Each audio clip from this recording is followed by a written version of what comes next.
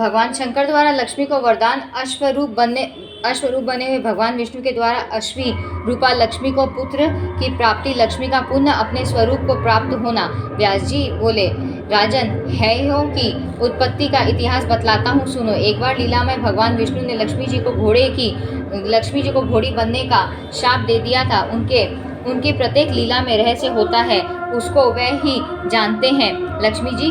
श्री लक्ष्मी जी को इससे क्लेश तो बहुत ही हुआ, परंतु वह भगवान को प्रणाम करके तथा उनकी आज्ञा लेकर मृत्युलोक में चली गई, और जहाँ सूर्य की पत्नी ने पूर्व समय में अत्यंत कठिन तप किया था, वही भगवती लक्ष्मी घोड़ी का रूप धारण करके रहने लगी। वहीं शूर्पणखाक्ष नामक स्थान के उत्तर तट पर यमुना और तमसा नदी का संगम था। संपूर्ण मनोरथ पूर्ण करने वाले उस स्थान को सुंदर वन सुशोभित कर रहे थे। वहीं रहकर भगवती लक्ष्मी, जो सबकी कामनाएं पूर्ण करती है तथा जिनका मस्तक चंद्रमा से अलंकृत रहता है, उन त्रिशूलधारी भगवान शंकर का एकाग्रचित्त से ध्यान करने लगी, जिनके 5 मुख और 10 भुजाएं हैं। भगवती गौरी अर्धांगिनी बनकर जिनकी शोभा बढ़ा रही है, जिनका कपूर के समान गौर शरीर अत्यंत प्रकाशमान है, जिनका कंठ नीला है और 3 आंखें हैं, जो बागंबर पहने और हाथी के चर्म की चादर ओढ़े हुए, जिनके गले में नरमुंड की माला सुशोभित है तथा जो सांप का यज्ञोपवीत पहने हुए हैं, उन भगवान शंकर के ध्यान में लक्ष्मी जी संलग्न हो गई। उस पावन तीर्थ में रहकर सुंदर घोड़ी का रूप धारण करके उन्होंने बड़ी कठिन तपस्या की। राजन, भगवान शंकर का ध्यान करते हुए लक्ष्मी के मन में पूर्ण वैराग्य उत्पन्न हो गया था। देवताओं के वर्ष से 1000 वर्ष तक उनकी तपस्या चलती रही। तदनंतर 3 नेत्र वाले भगवान शंकर प्रसन्न होकर बैल पर चढ़े हुए पधारे और उन्हें साक्षात दर्शन दिया। साथ पार्वती जी भी विराजमान थी। उस समय विष्णु प्रिया महामाया लक्ष्मी जी घोड़ी के रूप में विराजमान होकर तप कर रही थी। भगवान शंकर ने अपने गणों सहित वहां पहुंचकर उनसे कहा, कल्याणी जगदम्बे, तुम क्यों तपस्या कर रही हो? मुझे इसका कारण बताओ, क्योंकि तुम्हारे पतिदेव संपूर्ण मनोरथ पूर्ण करने में समर्थ एवं अखिल लोक के अध्यक्ष हैं। देवी, श्री हरि को जगत का स्वामी माना जाता है। ऐसे मुक्ति प्रदान करने वाले जगत प्रभु भगवान वासुदेव को छोड़कर तुम मेरी आराधना क्यों कर रही हो? पति की सेवा करना स्त्रियों के लिए सनातन धर्म माना गया है। पति चाहे कैसा भी हो, कल्याण की अभिलाषा रखने वाली स्त्री उसकी सेवा में सदा तत्पर रहे। फिर नारायण तो सबके लिए निरंतर परम पूज्य हैं। सिंधुजे, ऐसे देवेश्वर श्री हरि को छोड़कर तुम क्यों मेरी उपासना कर रही हो? लक्ष्मी जी ने कहा, आशुतोष महेशान, शिव और देवेश कहलाने वाले दयानिधि सिंधो, मेरे पति देव ने मुझे शाप दे दिया है। आप उस शाप से मेरा उद्धार करने की कृपा कीजिए। शंभो, उन्होंने शाप से छुटकारा पाने का उपाय भी बतला दिया है। उन्होंने कहा है, कमलालय, जब तुमसे पुत्र उत्पन्न हो जाएगा तब शाप से मुक्त होकर वैकुंठ में स्थान पा जाओगी भगवान। पतिदेव के योग कहने पर मैं तपस्या करने के विचार से इस तपोवन में आ गई। संपूर्ण मनोरथ पूर्ण करने वाले आप परम प्रभु को मैंने अपना आराध्य बना लिया। देव, इस समय मैं पतिदेव के सानिध्य से वंचित हूँ। मुझ धर्म पत्नी को छोड़कर वह वैकुंठ में विराज रहे हैं। फिर उनके अभाव में मैं पुत्रवती कैसे हो सकती हूँ? देवेश, शंकर, यदि आप प्रसन्न हो तो वर देने की कृपा करें। आप में और श्री हरि में कभी किंचित मात्र भी भेदभाव नहीं है। गिरिजा को प्रेम प्रदान करने वाले प्रभु, मैं पति देव के पास थी, तभी से मुझे यह रहस्य ज्ञात है। जो आप हैं वही वह है और जो वह है वही आप है, इसमें किंचित मात्र संदेह नहीं है। महादेव, आप दोनों महानुभाव एक ही हैं, यह समझकर मैंने आपका चिंतन किया है, अन्यथा आपकी सेवा करने से मैं दोष की भागिनी बन जाती। भगवान शिव बोले, देवी, मैं और श्री हरि बिल्कुल एक हैं। तुमको इस रहस्य का कैसे पता लगा? सुंदरी सिंधुजे, मुझसे सच्ची बातें बताने की कृपा करो। देवता, मुनि, ज्ञानी और वेद के पारगामी पुरुष भी तर्क वितर्क में पड़े रहकर इस एक तत्व के रहस्य को नहीं समझ पाते हैं। मेरे बहुत से भक्त भगवान विष्णु की और उनके भक्त मेरी निंदा करने में सदा तत्पर रहते हैं। देवी, कलयुग में इस बात की बड़ी विशेषता रहेगी। समय के भेद से यह भेदभाव बढ़ता चला जा रहा है। भद्रे, मुझ में और श्री हरि में सम्यक प्रकार से एकता है। यह भाव जानना प्राय सबके लिए महान कठिन है। फिर तुम कैसे जान गई? व्यास जी कहते हैं, इस प्रकार प्रसन्न होकर जब भगवान शंकर ने लक्ष्मी जी से पूछा, तब उन्होंने इस ज्ञात प्रसंग को बतलाना आरंभ किया। उस समय वह भी कम प्रसन्न न थी। लक्ष्मी ने कहा, देवेश, एक समय की बात है, भगवान विष्णु एकांत में पद्मासन लगाए बैठे ध्यान कर रहे थे। जब वह यों तप कर रहे थे तब उन्हें देखकर मुझे महान आश्चर्य हुआ। थोड़ी देर के बाद उनकी समाधि टूट गई। उनके मुख पर प्रसन्नता की किरणें झलक रही थी। तब मैंने अनुकूल जानकर विनयपूर्वक उनसे पूछा, प्रभु, आप देवताओं के अध्यक्ष एवं जगत के स्वामी हैं। जिस समय देवता, दानव और ब्रह्मा प्रभृति सबने मिलकर समुद्र का मंथन किया था और जब मैं उससे निकली थी तब मेरे मन में विचार आया, किसी को पति चुन लूं। अब अतः मैंने सब ओर दृष्टि दौड़ाई। उस समय आप ही संपूर्ण देवताओं से श्रेष्ठ हैं। इस निर्णय पर पहुंचकर मैंने आपको पतिदेव बना लिया। सर्वेश, आप फिर किसका ध्यान कर रहे हैं? यह प्रसंग मेरे मन को महान आश्चर्य में डाल रहा है। कैट भारे, आप मेरे परम प्रेमी हैं। मेरी इस मानसिक उलझनों को दूर करने की कृपा कीजिए। भगवान विष्णु बोले, प्रिय, मैं हृदय में जिनका ध्यान कर रहा हूँ उनका परिचय देता हूँ, सुनो। पार्वती पति भगवान शंकर सबसे प्रधान माने जाते हैं।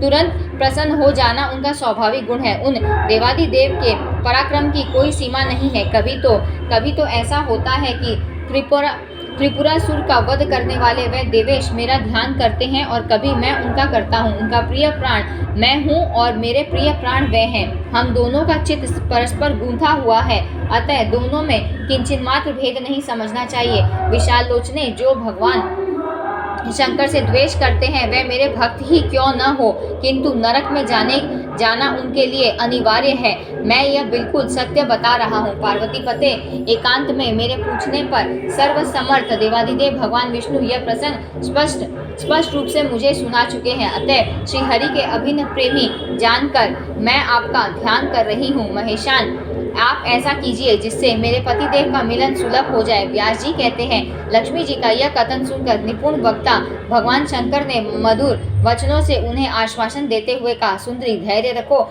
मैं तुम्हारी तपस्या से परम संतुष्ट हूँ। तुम्हारे पतिदेव तुमसे अवश्य मिलेंगे, इसमें कोई संदेह नहीं है। वह जगदीश्वर मुझसे प्रेरित होकर तुम्हारी कामना पूर्ण करने के लिए अश्व का रूप धारण करके यहीं पधारेंगे। मैं उन मधुसूदन श्री हरि को इस प्रकार उत्साहित करूंगा जिससे वे अश्व रूप धारण करके यहाँ आ जाएं। सुभ्रो, तुम उनके जैसे पुत्र की जननी अवश्य होगी। तुम्हारे पुत्र के सामने सभी लोग मस्तक झुकाएंगे और वह भूमंडल का राजा होकर रहेगा। माँ भागे, पुत्र प्रसव करने के पश्चात तुम तुरंत अपने पति देव के साथ वैकुंठ चली जाओगी और पुनः तुम्हें उनकी प्राण प्रिया रूप में रहने का सौभाग्य सुलभ हो जाएगा। तुम्हारा वह पुत्र एकवीर नाम से प्रसिद्ध होगा। उसी से भूमंडल पर है संज्ञक क्षत्रियों की वंशावली विस्तृत होगी। सिंधुजे, तुम हृदय में विराजमान रहने वाली परम देवी भगवती जगदम्बा की सम्यक प्रकार से शरण ग्रहण करो। व्यास जी कहते, इस प्रकार लक्ष्मी जी को वरदान देकर गौरीपति भगवान शंकर पार्वती सहित अंतर्ध्यान हो गए। लक्ष्मी वहीं रहकर भगवती जगदम्बा के अत्यंत मनोहर चरण कमल का ध्यान करने में तत्पर हो गई। पतिदेव भय का रूप धारण करके यहाँ का पधारेंगे, इस प्रतीक्षा में प्रेमपूर्वक गदगद वाणी से वह बार बार श्री हरि की स्तुति करती रही। व्यास जी कहते हैं, लक्ष्मी को वर देकर भगवान शंकर तुरंत कैलाश चले गए। वहाँ पहुँच जाते ही भगवान शंकर ने परम बुद्धिमान चित्ररूप को दूत बनाकर लक्ष्मी का कार्य सिद्ध करने के लिए वैकुंठ भेज दिया। भगवान शिव ने कहा, चित्ररूप, तुम श्री हरि के पास जाकर उनसे मेरी बातें कहो। तुम्हें ऐसा यत्न करना चाहिए जिससे वह अपनी पत्नी श्री लक्ष्मी देवी का शोक दूर करने में संलग्न हो जाए। भगवान शंकर के कहने पर चित्ररूप तुरंत वहां से वैकुंठ के लिए चल दिया।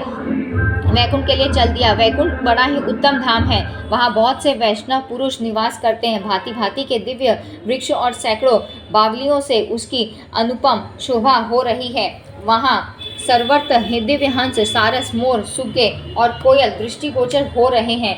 पताकाओं से सुशोभित ऊंचे ऊंचे भवन उसकी शोभा बढ़ा रहे हैं। नाचने और गाने वाले दिव्य कलाकारों से वह स्थान परिपूर्ण है। पारिजात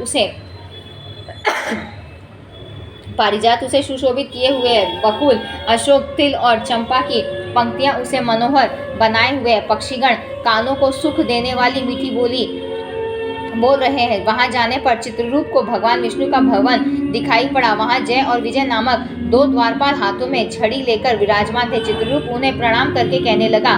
चित्ररूप ने कहा, द्वारपालों, तुम लोग शीघ्र परम प्रभु श्री हरि को समाचार दो कि शंकर का भेजा हुआ दूत द्वार पर आया खड़ा है। चित्ररूप की बात सुनकर परम बुद्धिमान द्वारपाल जय अंदर गया, श्री हरि को प्रणाम करके सामने खड़ा हो गया और हाथ जोड़कर कहने लगा, देवदेव रमाकांत करुणाकर केशव, इस समय भगवान शंकर का दूत द्वार पर आकर ठहरा है। गरुड़ ध्वज, आप आज्ञा दीजिए उसे यहाँ आने दिया जाए या नहीं। किस काम से आया है मैं नहीं जानता, उसका नाम चित्ररूप है। भगवान विष्णु अंतर्यामी है, दूत के आने का कारण उनसे छिपा नहीं रहा।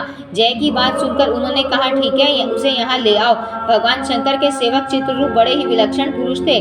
श्री हरि की आज्ञा पाकर जय तुरंत बाहर गए और चित्ररूप से बोले, आइए अंदर पधारिए। चित्ररूप का जैसा नाम था वैसी ही आकृति थी। जय के साथ भीतर जाने पर उन्होंने भगवान विष्णु को साष्टांग प्रणाम किया और हाथ जोड़कर खड़े हो गए।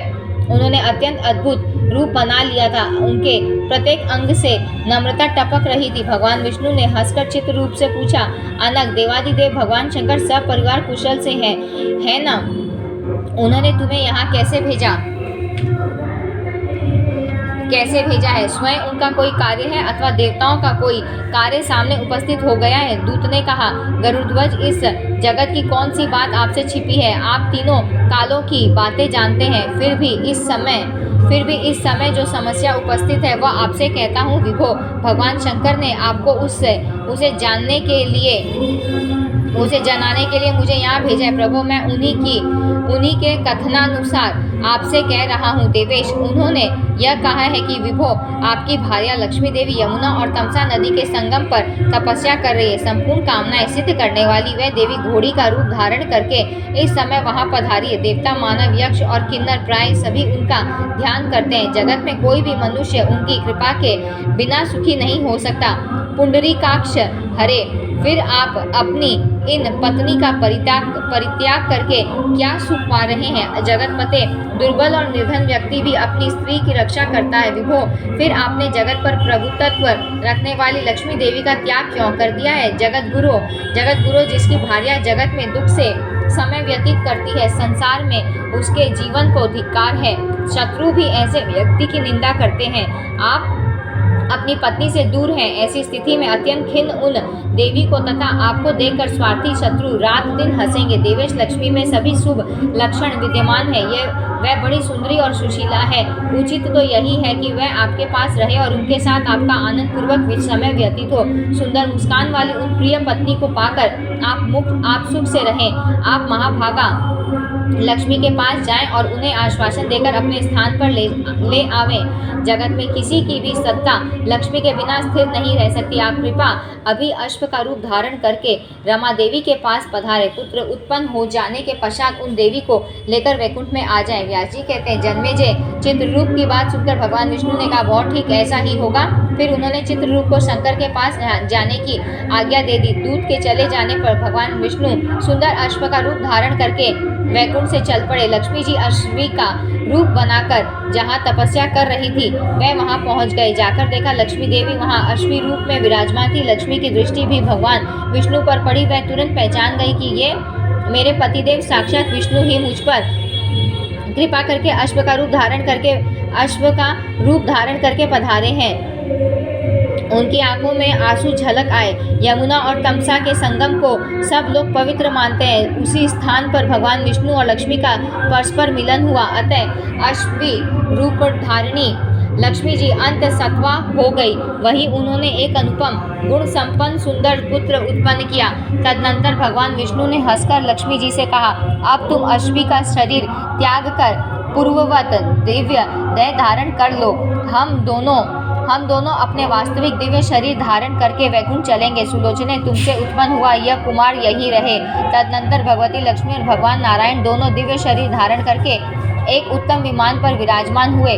देवताओं ने यशोगान आरंभ किया। भगवान अपने परम धाम में पधारना ही चाहते थे कि भगवती लक्ष्मी ने उन प्राणपति श्री हरि से कहा, नाथ, इस बालक को भी साथ ले लीजिए, मैं इसका त्याग नहीं करना चाहती। प्रभु, आपके समान प्रतिभा युक्त यह मेरा पुत्र प्राणों से भी बढ़कर प्रिय है। मधुसूदन, इसे लेकर ही हम लोग वैकुंठ चले। श्री हरि बोले, प्रिय वरानने, इस अवसर पर खेद प्रकट करना तुम्हारे लिए अवांछनीय है। यह बालक आनंद पूर्वक यहाँ रह सकता है, क्योंकि इसके भरण पोषण की व्यवस्था पहले से ही मैं कर चुका हूँ। वामोरु, इस पुत्र त्याग में जो एक प्रधान कारण है, उसे अब मैं बताता हूँ, सुनो। भूमंडल पर यताति के वंश में तुर्वसु नाम के एक राजा हैं। ययाति के वंश में तुर्वसु नाम के एक राजा है। उनके पिता ने उनका लोक प्रसिद्ध नाम हरिवर्मा रखा था। इस समय वे नरेश पुत्र की इच्छा से पवित्र तीर्थ में तपस्या कर रहे हैं। उन्हें तप करते पूरे 100 वर्ष व्यतीत हो चुके हैं। कमलालय उन्हीं राजा हरिवर्मा के लिए मैंने ये पुत्र उत्पन्न किया है। सुभ्रू राजा के पास जाकर हम लोग उन्हें यहाँ भेज देंगे। प्रिय पुत्र की अभिलाषा रखने वाले उन्हीं नरेश को यह बालक सौंप देना है। वह स्नेह पूर्वक इसे अपने घर ले जाएंगे। व्यास जी कहते हैं, इस प्रकार प्रेयसी भार्या लक्ष्मी को आश्वासन देकर तथा बालक की रक्षा का समुचित प्रबंध करके भगवान विष्णु उत्तम विमान पर बैठे हुए वैकुंठ पधारे। श्री लक्ष्मी जी भी साथ विराजमान थी। यहाँ पर हमने अध्याय 18 और 19 समाप्त किया है। लक्ष्मी पुत्र एक वीर का चरित्र। जन्मेजय ने कहा, मुनिवर व्यास जी, इस विषय में मुझे महान आश्चर्य है कि भगवान के द्वारा जन्मते ही बालक त्याग दिया गया। निर्जन वन में इस असहाय पुत्र को किसने संभाला? उस छोटे से बालक को बाघ, सिंह आदि हिंसक पशु क्यों नहीं उठा ले गए? कृपया बतलाइए। व्यास जी कहते हैं, राजन, ज्यों ही भगवान लक्ष्मी नारायण उस स्थान से ओझल हुए कि चंपक नामक एक विद्याधर वहां आ पहुंचा। उसके साथ मदनालसा नाम की उसकी सुंदरी पत्नी भी थी। घूमते फिरते हुए ही उत्तम रथ पर बैठे हुए वह वहां आ गए थे। उसने देखा, एक अनुपम बालक पृथ्वी पर पड़ा हुआ है। उसका कोई सहायक नहीं दिखता। देव कुमार के समान उसकी कांति है। वह बड़े आनंद से खेल रहा है। तब चंपक ने रथ से उतरकर तुरंत उस बालक को उठा लिया। उस समय उसे इतना हर्ष हुआ मानो कोई निर्धन व्यक्ति धन की निधि पाकर प्रसन्न हो गया हो। कामदेव की तुलना करने वाला वह बालक उत्पत्ति के समय ही अत्यंत मनोहर जान पड़ता था। चंपक ने उसे उठाकर अपनी पत्नी मदनालसा को सौंप दिया। मदनालसा ने जब उस बालक को लिया तब प्रेम से उसका शरीर पुलकित हो गया। उसके आनंद की सीमा न रही। उसने मुंह चूमकर उस बालक को हृदय से चिपका लिया। भारत प्रसन्नता पूर्वक हृदय से चिपकाने और चूमने के पश्चात मदनालसा ने उसे अपना पुत्र मानकर गोद में ले लिया। तदनंतर वह दोनों स्त्री पुरुष रथ पर जा बैठे। बालक मदनालसा की गोद में था। तब उस सुंदरी भार्या ने हंसकर अपने पतिदेव चंपक से पूछा, कांत, यह बालक किसका है? इसे किसने वन में छोड़ दिया है? हो न हो भगवान शंकर ने ही मुझे यह पुत्र प्रदान किया है। चंपक ने कहा, प्रिय इंद्र सर्वज्ञ पुरुष हैं। मैं अभी जाकर उनसे पूछता हूँ कि यह बालक देवता है, दानव है अथवा गंधर्व। उनसे आज्ञा पाकर ही वन में मिले हुए इस बालक को मैं अपना पुत्र बनाऊंगा। मेरे विचार से उनसे बिना पूछे कोई भी कार्य करना अनुचित है। इस प्रकार कहकर चंपक अपनी स्त्री और उस बालक के सहित तुरंत अमरावती को प्रस्थित हो गया। हर्ष के उद्रेक से उसके नेत्र खिल उठे थे। वहां पहुंचकर चंपक ने इंद्र के चरणों में प्रीतिपूर्वक मस्तक झुकाया और बालक को सामने उपस्थित करके हाथ जोड़कर बैठ गया। तदनंतर उसने उनसे पूछा, देवेश्वर, यमुना और तमसा नदी के संगम को परम पावन तीर्थ मानते हैं। वहीं कामदेव के समान कांति वाला यह बालक मुझे प्राप्त हुआ है। सचीपते, यह बालक किसका पुत्र है? इसे क्यों वहां छोड़ दिया गया है? आपकी आज्ञा हो तो मैं इस बालक को अपना पुत्र बना लूं। इस अत्यंत सुंदर बालक से मेरी पत्नी भी स्नेह करती है। धर्मशास्त्रों में ऐसा कथन है कि सर्वदा कृत्रिम पुत्र भी बनाया जा सकता है। इंद्र बोले, महाभाग, यह बालक अश्वरूपधारी भगवान विष्णु का पुत्र है। इसकी जननी स्वयं भगवती लक्ष्मी है। इस परम तपस्वी बालक का नाम है। ययाति के वंशज राजा तुर्वसु को यह तुर्वसु को वे यह पुत्र प्रदान करना चाहते हैं। तुर्वसु बड़े धार्मिक नरेश हैं। श्रीहरि उन्हें पुत्र प्राप्ति के लिए अभी पवित्र तीर्थ में जाने की आज्ञा देंगे। भगवान की आज्ञा पाकर राजा तुर्वसु के वहां पहुंचने से पहले ही तुम इस मनोहर बालक को लेकर वहां पहुंच जाओ और इसे वहीं रख दो। विलंब करने से ठीक नहीं होगा, कारण बालक न मिलेगा तो राजा तुर्वसु अत्यंत दुखी हो जाएंगे। भूमंडल पर यह बालक एकवीर नाम से प्रसिद्ध होगा। व्यास जी कहते हैं, राजन, देवराज इंद्र की बातें सुनकर चंपक उसी क्षण बालक को लेकर वहां से चल पड़ा और उसे जहां से उठाया था वहीं ले जाकर रख दिया। तदनंतर विमान पर बैठकर वह अपने घर लौट आया। उसी समय जगतगुरु भगवान नारायण लक्ष्मी जी के साथ विमान पर बैठ तप करते हुए राजा के पास पधारे। राजा हरिवर्मा ने देखा भगवान विष्णु विमान से उतर रहे हैं। अब राजा के हर्ष की सीमा नहीं रही। वह दंड के समान भगवान के सामने पृथ्वी पर पड़ गए। पृथ्वी पर पड़े हुए अपने उस भक्त को भगवान ने आश्वासन दिया और कहा, वत्स उठो। तब राजा हरिवर्मा ने भी भक्तिपूर्वक स्पष्ट शब्दों में श्री हरि की इस प्रकार स्तुति की, देवेश्वर, अखिल लोक प्रभो, कृपानिधे, जगत गुरु रमेश, मुझ अज्ञानी जनक के लिए आपका दर्शन अवश्य ही अत्यंत दुर्लभ था, क्योंकि योगी लोग भी इसे पाने में असफल रहते हैं। जिनकी स्पृहा शांत हो चुकी है तथा जो विषयों से सर्वदा विरक्त हैं, उन्हीं को आपका दर्शन मिलना असंभव है। भगवान अनंत देवदेव, मैं केवल आशा लगाए बैठा था, वस्तुत मैं आपके दर्शन पाने का अधिकारी नहीं था। इस प्रकार राजा हरिवर्मा के स्तुति करने पर भगवान विष्णु ने अमृतमयी वाणी में उनसे कहा, राजन, मैं तुम्हारी तपस्या से परम संतुष्ट हूँ। तुम्हें अभिलषित वर दे रहा हूँ, इसे स्वीकार करो। उस समय भगवान श्री हरि राजा हरिवर्मा के सामने विराजमान थे। राजा ने उनके चरणों में मस्तक झुकाकर कहा, मुरारे, मैंने पुत्र के लिए तप किया है, आप अपने जैसा पुत्र मुझे देने की कृपा करें। राजा हरिवर्मा की प्रार्थना सुनकर देवादिदेव भगवान श्री विष्णु ने उनसे यूँ कहा, ययाति नंदन, तुम यमुना और तमसा नदी के पावन संगम तीर्थ पर अभी चले जाओ। तुम जैसा चाहते हो वैसा ही पुत्र मैंने वहां रख छोड़ा है। राजन, मेरे वीर्य से उत्पन्न उस पुत्र में असीम शक्ति है। लक्ष्मी स्वयं उसकी जननी है। तुम्हारे लिए ही उसे उत्पन्न किया गया है, अतः उसे स्वीकार करो। भगवान विष्णु की वाणी बड़ी ही मधुर थी। उसे सुनकर राजा हरिवर्मा के मन में प्रसन्नता की लहरें उठने लगी। उधर भगवान उन्हें वर देकर लक्ष्मी जी के साथ वैकुंठ पधार गए। भगवान के चले जाने पर ययाति नंदन राजा हरिवर्मा एक अत्यंत सुदृढ़ रथ पर सवार होकर प्रसन्नतापूर्वक वहां गए जहां वह बालक विराजमान था। भगवान के मुखारविंद से वह सब बातें सुन ही चुके थे।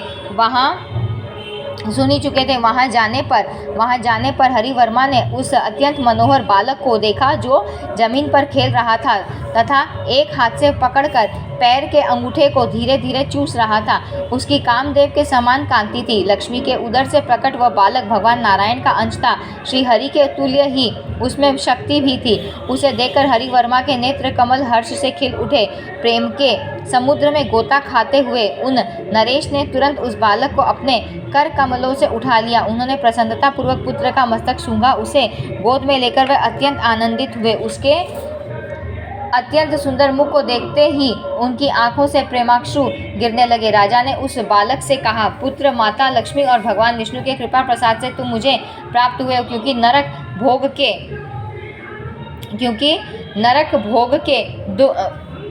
के दुख से डर कर मैंने तुम जैसे पुत्र के लिए कठिन तपस्या की है। तपस्या के 100 वर्ष पूरे होने पर लक्ष्मीकांत भगवान नारायण ने सांसारिक सुख भोगने के लिए तुमको पुत्र बनाकर मुझे सौंपा है। लक्ष्मी तुम्हारी जननी है। उन्होंने तुम्हें उत्पन्न करके मेरे लिए छोड़ दिया है। स्वयं भगवान विष्णु के साथ वह वैकुंठ पधार गई है। उस माता को धन्यवाद है जो तुम जैसे हंसमुख बालक को गोद में लेकर आनंद मनाएगी। पुत्र, तुम संसार सागर से पार करने के लिए नौका स्वरूप हो। भगवान नारायण तुम्हारे निर्माता हैं। इस प्रकार कह राजा हरिवर्मा प्रसन्नता पूर्वक उस पुत्र को लेकर नगर के लिए प्रस्थित हुए। अभी राजा नगर के निकट पहुँचे ही थे कि यह समाचार पाकर उनका मंत्रिमंडल और प्रजा वर्ग अगवानी के लिए तैयार हो गया। पुरोहितों को साथ लेकर भेंट की सामग्री लिए तथा सूत, वंदीजन और गायकों के साथ उस सब उनके सामने अगवानी के लिए पहुंचे। नगर में पहुंचने पर राजा हरिवर्मा ने बातचीत करके तथा सबकी ओर दृष्टि दौड़ाकर प्राय सबको आश्वासित किया। नागरिक सम्यक प्रकार से उनका स्वागत करने के लिए तैयार थे। जब राजा हरिवर्मा ने पुत्र को लेकर नगर में प्रवेश किया तब मार्ग में उनके ऊपर चारों ओर से खीलों और फूलों की वर्षा होने लगी। प्रजा के द्वारा यो सम्मानित होकर वह नरेश मंत्रियों के साथ अपने समृद्धिशाली महल में गए। हर्षपूर्वक उस अभिनव पुत्र को हाथों में लेकर उन्होंने रानी को सौंप दिया। उस सत्य प्रसूत पुत्र की कांति कामदेव की तुलना कर रही थी। महाराज हरिवर्मा की रानी भी बड़ी साध्वी थी। उन्होंने उस अभिनव पुत्र को गोद में लेकर राजा से पूछा, महाराज, कामदेव के समान सुंदर यह सुजन्मा पुत्र आपको कहाँ से प्राप्त हुआ है? कांत, आप शीघ्र बताने की कृपा करें कि आपको किसने यह सुंदर पुत्र प्रदान किया है। इसको देखकर अब मेरा मन अपने वश में नहीं रहा। तब राजा ने बड़ी प्रसन्नता के साथ रानी से कहा, प्रिय भगवान श्री लक्ष्मी नारायण ने मुझे यह पुत्र प्रदान किया है। लोलाक्षी, इस महान शक्तिशाली पुत्र की जननी साक्षात भगवती लक्ष्मी है। भगवान विष्णु के अंश से इसका प्राकट्य हुआ है। रानी उस बालक को लेकर आनंद में निमग्न हो गई। राजा ने बड़े समारोह के साथ पुत्रोत्सव मनाया। याचकों को प्रचुर दान दिया। बहुत से बाजे बजे और गीत गाए गए। यो उत्सव करके राजा हरिवर्मा ने अपने पुत्र का नाम एकवीर रखा। महाराज हरिवर्मा इंद्र के समान पराक्रमी थे। विष्णु के सदृश गुण वाले पुत्र को पाकर उनके मन में अपार हर्ष हुआ। पितृ ऋण से मुक्त होकर वह आनंद पूर्वक समय व्यतीत करने लगे। इस प्रकार अखिल देवादिदेव भगवान नारायण की कृपा से सर्वगुण संपन्न पुत्र पाकर इंद्रतुल्य पराक्रमी महाराज हरिवर्मा अपने भवन में भार्या के साथ आनंद का अनुभव करने लगे।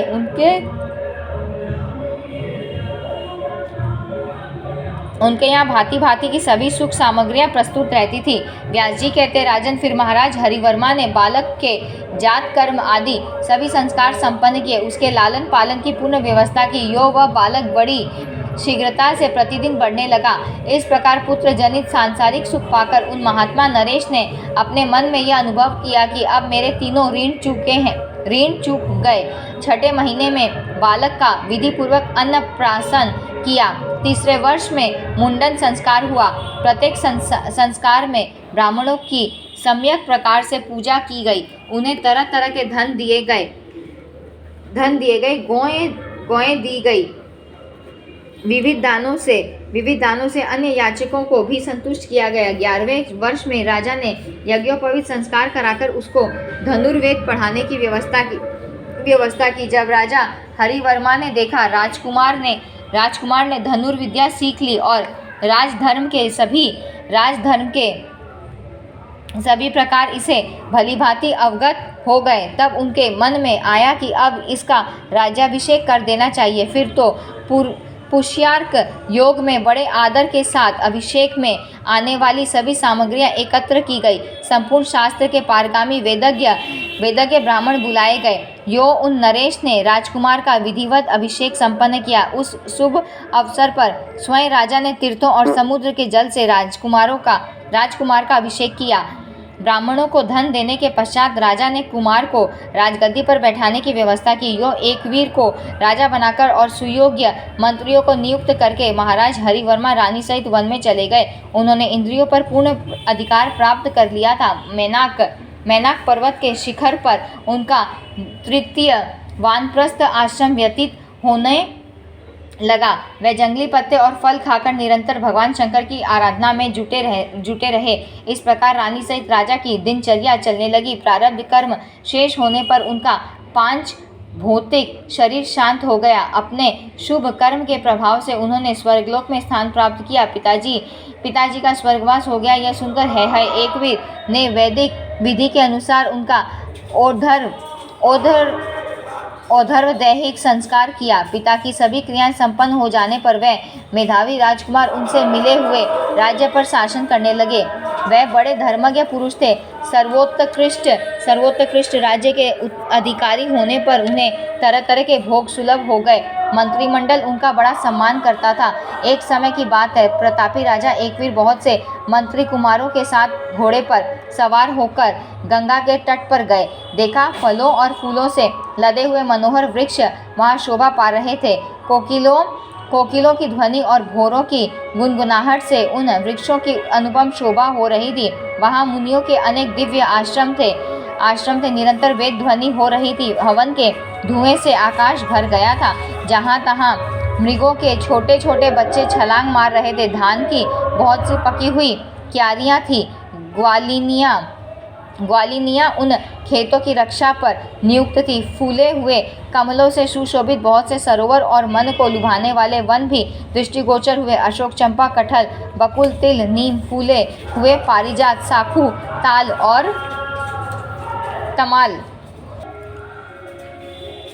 और तमाल आदि वृक्षों पर उनकी दृष्टि पड़ी। कुछ दूर आगे बढ़ने पर उन्हें एक खिला हुआ कमल दिखाई दिया।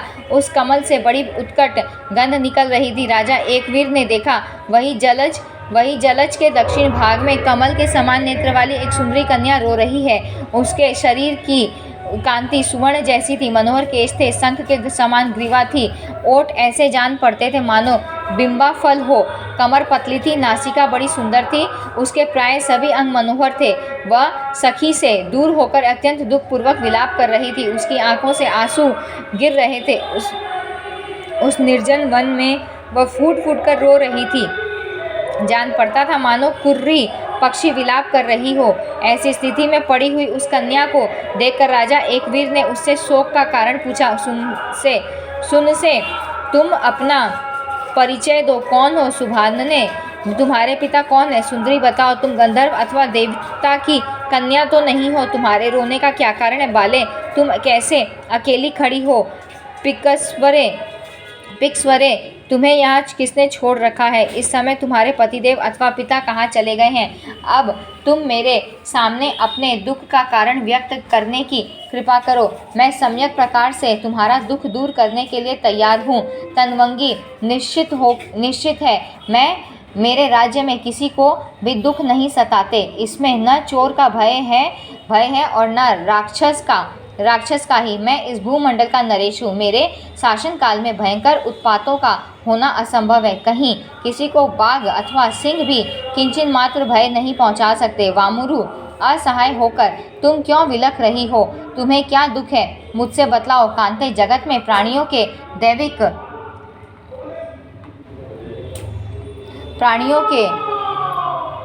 दैविक एवं मानुषिक अत्यंत कठिन दुख को दूर करना मेरा प्रधान कर्तव्य है। इस अद्भुत व्रत का मैं बड़ी तत्परता से पालन करता हूँ।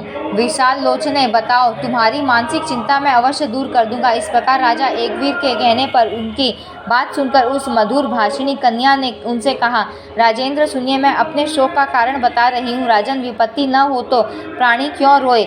महाबले, मैं अपने रोने का कारण बता रही हूँ। आपके राज्य से अन्यत्र एक परम धार्मिक राजा रहते हैं। उनका नाम रैभ्य है। उनकी स्त्री रुक्मरेखा नाम से प्रसिद्ध है। राजा को कोई संतान नहीं थी। रानी रुक्मरेखा बड़ी सुंदर, कार्यकुशल, पतिव्रता और संपूर्ण शुभ लक्षणों से संपन्न है।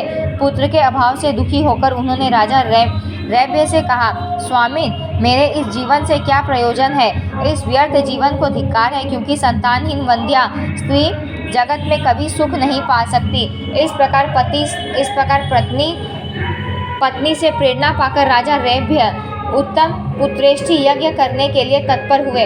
उन्होंने यज्ञ के विशेषज्ञ ब्राह्मणों को बुलाया और विधि पूर्वक सब यज्ञ क्रियाएं संपन्न की। पुत्र की अभिलाषा से उस नरेश ने शास्त्रोक्त प्रकार से प्रचुर धन दान दिया। यज्ञ में निरंतर घी की आहुतियां दी जाती थी। अग्निदेव बड़ी तेजी से प्रज्वलित हो रहे थे। तदनंतर यज्ञाग्नि से एक सुंदरी कन्या निकल आई। वह सभी शुभ लक्षणों से पूर्णतया संपन्न थी। जब वह मनोहर कन्या अग्नि से प्रकट हो गई, तब होता ने उसे अपने पास बैठा लिया। तत्पश्चात उन्होंने उस सुंदरी कन्या को लेकर राजा रैभ्य से कहा, राजन इस पुत्री को लो, यह सभी उत्तम लक्षणों से संपन्न है। हवन करते समय अग्नि से इसकी उत्पत्ति हुई है। यह ऐसी जान पड़ती है मानो मणियों की एक लड़ी हो। जगत में यह कन्या एकावली नाम से प्रसिद्ध होगी। भोपाल पुत्र की तुलना करने वाली इस कन्या को पाकर तुम सुखी हो जाओगे। राजेंद्र, भगवान विष्णु ने तुम्हें यह कन्या प्रदान की है, इसे पाकर संतुष्ट होना तुम्हारे लिए श्रेष्ठकर होगा। होता की बात सुनकर राजा रैभ्य ने उस सुंदरी कन्या की ओर देखा और उन्होंने अत्यंत प्रसन्न होकर उसे गोद में ले लिया और उसे अपनी पत्नी रुक्मरेखा को सौंप दिया। देते समय उन्होंने कहा, सुभगे, तुम इस कन्या को पुत्री रूप से स्वीकार करो। मन को मुग्ध कर देने वाली उस कन्या की आंखें कमल के समान सुंदर थी। उसे पाकर रानी रुक्मरेखा के मन में बड़ा आनंद हुआ। वह ऐसी सुखी हुई मानो पुत्र ही उत्पन्न हो गया हो। जातकर्म आदि सभी शुभ एवं मांगलिक संस्कार विधिपूर्वक कराए गए। यज्ञांत में राजा ने ब्राह्मणों को अच्छी अच्छी वस्तुएं दक्षिणा में प्रदान की। तदनंतर ब्राह्मण वहां से विदा हो गए। राजा रैभ्य के हर्ष की सीमा न रही। पुत्र के सयाने होने से जैसे प्रतिदिन माता को हर्ष होता है, रानी रुक्मरेखा भी वैसे ही आनंद का अनुभव करने लगी। उस समय पुत्रवती रानी के मन में हर्ष का पार न था। राजा के महल में ऐसा उत्सव मनाया गया जैसा पुत्र के जन्म में मनाया जाता है। पुत्री और पुत्र में किंचित मात्र भेद नहीं है। यह मानकर माता पिता उस कन्या को अत्यंत स्नेह की दृष्टि से देखने लगे। सुबुद्धे,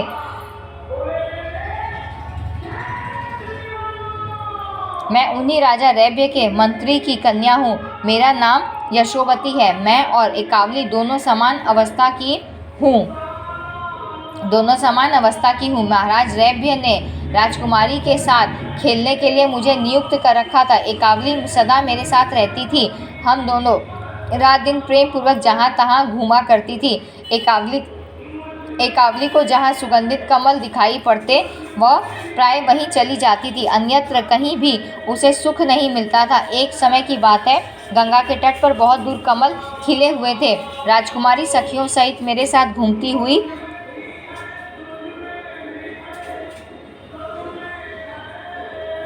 हुई वहां चली गई। तब मैंने महाराज रैभ्य से कहा, राजन, आपकी लाडली कन्या एकावली कमलों को देखती हुई बहुत दूर निर्जन वन में चली जाती है। इससे राजा रैभ्य ने अपनी कन्या को दूर जाने के लिए मना कर दिया। साथ ही उन्होंने घर पर ही बहुत से जलाशय तैयार करवा दिए और उनमें कमल लगवा दिए। कमल खिल गए, उन पर चारों ओर भौरे गूंजने लगे। इतने पर भी कमलों में आसक्ति होने के कारण राजकुमारी बाहर चली जाती थी। उस समय राजा रैभ्य की आज्ञा से बहुत से रक्षक हाथों में शस्त्र लेकर उसके साथ जाया करते थे। मैं तथा दूसरी सखियां भी साथ रहती थी। इस प्रकार वह सुंदरी राजकन्या मनोरंजन के लिए गंगा के तट पर निरंतर आती जाती रहती थी। यहाँ हमने 20वां और 21वां अध्याय समाप्त किया है। राजकुमारी एकावली का चरित्र, एकावली का कालकेतु के द्वारा हरण, एक वीर के द्वारा कालकेतु का वध और एकावली एक वीर का विवाह। यशोवती ने कहा,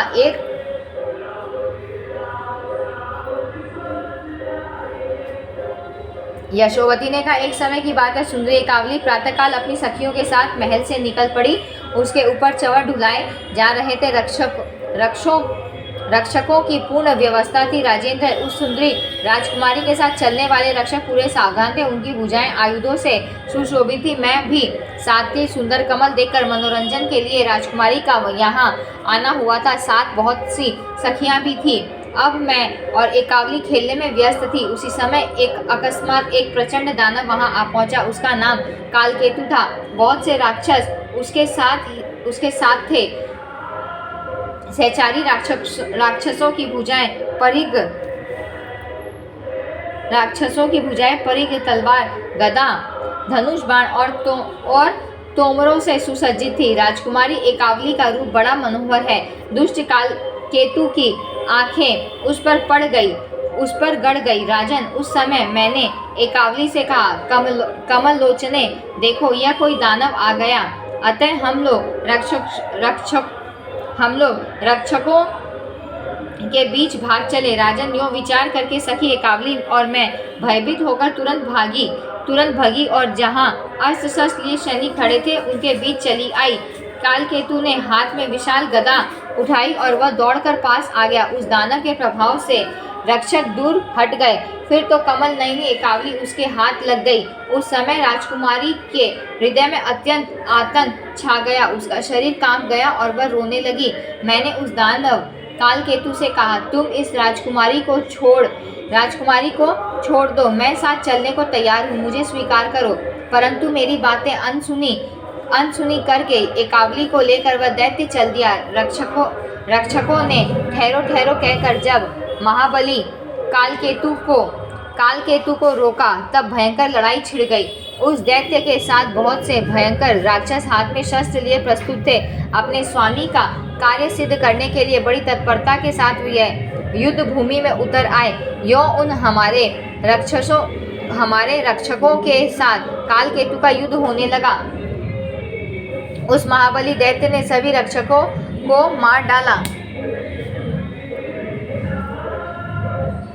राजकुमारी उसके अधिकार में आ गई। तदनंतर दानवी सेना के साथ वह राक्षस राजकुमारी को लेकर अपने नगर को जाने लगा। कालकेतु के अधिकार में पड़ी हुई वह राजकुमारी रो रही थी। उसे देखकर मैं भी साथ लग गई। कालकेतु उसे जहाँ ले जाता था मैं भी वहीं चली जाती थी। मेरा अभिप्राय था जैसे भी हो रोती हुई सखी मुझे देखकर धैर्य धारण कर सके। हुआ भी ऐसा ही। जब सखी एकावली ने मुझे अपने साथ देखा तब उसके हृदय में कुछ शांति आ गई। अब मैं राजकुमारी के पास चली गई, उससे बार बार बातें करने लगी। राजेंद्र, मेरी सखी एकावली दुख से अत्यंत घबरा गई थी। उसके शरीर से पसीना टपक रहा था। मेरे पास जाने पर कंठ से चिपटकर बड़े दुख के साथ वह विलाप करने लगी। उधर कालकेतु ने प्रीति प्रदर्शित करते हुए मुझसे कहा, चंचल नेत्र वाली तुम्हारी सखी एकावली डर गई है। तुम उसे आश्वासन देकर मेरा संदेश कहो कि प्रिय, मेरा नगर स्वर्ग के समान सुखदायी है। अब तुम उसके समीप आ गई हो, मैं तुम्हारा दास बन गया हूँ। फिर तुम इतनी करुणा के साथ क्यों विलाप कर रही हो? सुलोचने, स्वस्थ हो जाओ। इस प्रकार कहकर दुरात्मा कालकेतु मुझे भी, जो एकावली के पास खड़ी थी, उत्तम रथ पर बैठाकर बड़ी उतावली के साथ अपनी मनोहर नगरी में चला गया। बड़ी भारी सेना उसके पास थी। उस दैत्य का मुख ऐसा प्रसन्न था मानो खिला हुआ कमल हो। वहां पहुंचने पर उस दानव ने मुझको और एकावली को एक भव्य भवन में ठहराया। उस भवन की रक्षा के लिए उसके द्वारा बहुसंख्यक राक्षस नियुक्त हो गए। राजन, अब दूसरे दिन की बात है। कालकेतु ने मुझसे कहा कि तुम्हारी सखी एकावली विरह से घबरा गई है। यह बालिका निरंतर चिंता में डूबी रहती है। तुम इसे समझा दो। सुंदर कमर वाली कांते, तुम मेरी पत्नी बनकर इच्छानुसार सुख भोगो। चंद्रवदने, अब इस राज्य पर तुम्हारा अधिकार रहेगा। मैं सदा के लिए तुम्हारा सेवक बन गया। वह दानव बार बार यही वाक्य कह रहा था। उसे सुनकर मैंने खरा जवाब दे दिया। मैंने कहा, राजन, ऐसी अप्रिय बात मेरे मुख से नहीं निकल सकती। तुम स्वयं ही इसे कहो। मेरे कथन के पश्चात उस दुरात्मा ने मेरी प्यारी सखी एकावली से विनय पूर्वक कहा, कृशोदरी, तुमने मुझ पर मंत्र प्रयोग कर रखा है। कांते, उस मंत्र से अत्यंत आहत मेरा हृदय अब तुम्हारे अधीन है। अतः अब मैं तुम्हारे वशीभूत हो चुका हूँ, इसमें कोई संशय नहीं है। कल्याणी, तुम मुझे पति बनाकर इसे सफल करो। एकावली ने कहा, राजकुमार है बड़े भाग्यशाली पुरुष हैं। उन्हीं के साथ मेरा विवाह करने के लिए पिताजी ने निश्चय कर लिया है। मैं अपने मन में उन्हें वर्ण भी कर चुकी हूँ। फिर कन्या के लिए जिस सनातन धर्म का पालन करना अनिवार्य है, उसका परित्याग करके अब मैं कैसे दूसरे को पति बनाऊं? हमारा यह शास्त्रीय सिद्धांत तुमसे भी छिपा नहीं है कि पिता कन्या को जिसे सौंपना चाहे उसी को कन्या अपना पति बनाए। कन्या सदा के लिए परतंत्र है। अपनी इच्छा से वह कभी भी कुछ भी नहीं कर सकती। राजन, एकावली के इस प्रकार कहने पर भी दुरात्मा कालकेतु अपने निश्चय से नहीं डिगा, कारण वह राजकुमारी पर आसक्त हो चुका था। अतः विशाल नेत्रों वाली एकावली और उसके पास रहने वाली मैं दोनों उस पापी के हाथ से मुक्त नहीं हो सकी। कालकेतु का नगर पाताल की एक कंदरा में है। वहाँ अनेक प्रकार की कठिनाइयाँ दृष्टिगोचर होती हैं। वही कालकेतु का किला है, चारों तरफ खाइयाँ बनी हैं, अनेकों पहरेदार पहरा दे रहे हैं। वही मेरी प्राण प्यारी सखी एकावली अत्यंत कष्ट के साथ समय व्यतीत कर रही है। उसी के विरह से असीम दुख में पड़ी हुई मैं यहाँ इस प्रकार बिलख रही हूँ। एक वीर ने कहा, वरानने, मुझे महान आश्चर्य तो यह हो रहा है कि उस दुराचारी कालकेतु के नगर से तुम यहाँ कैसे आ सकी।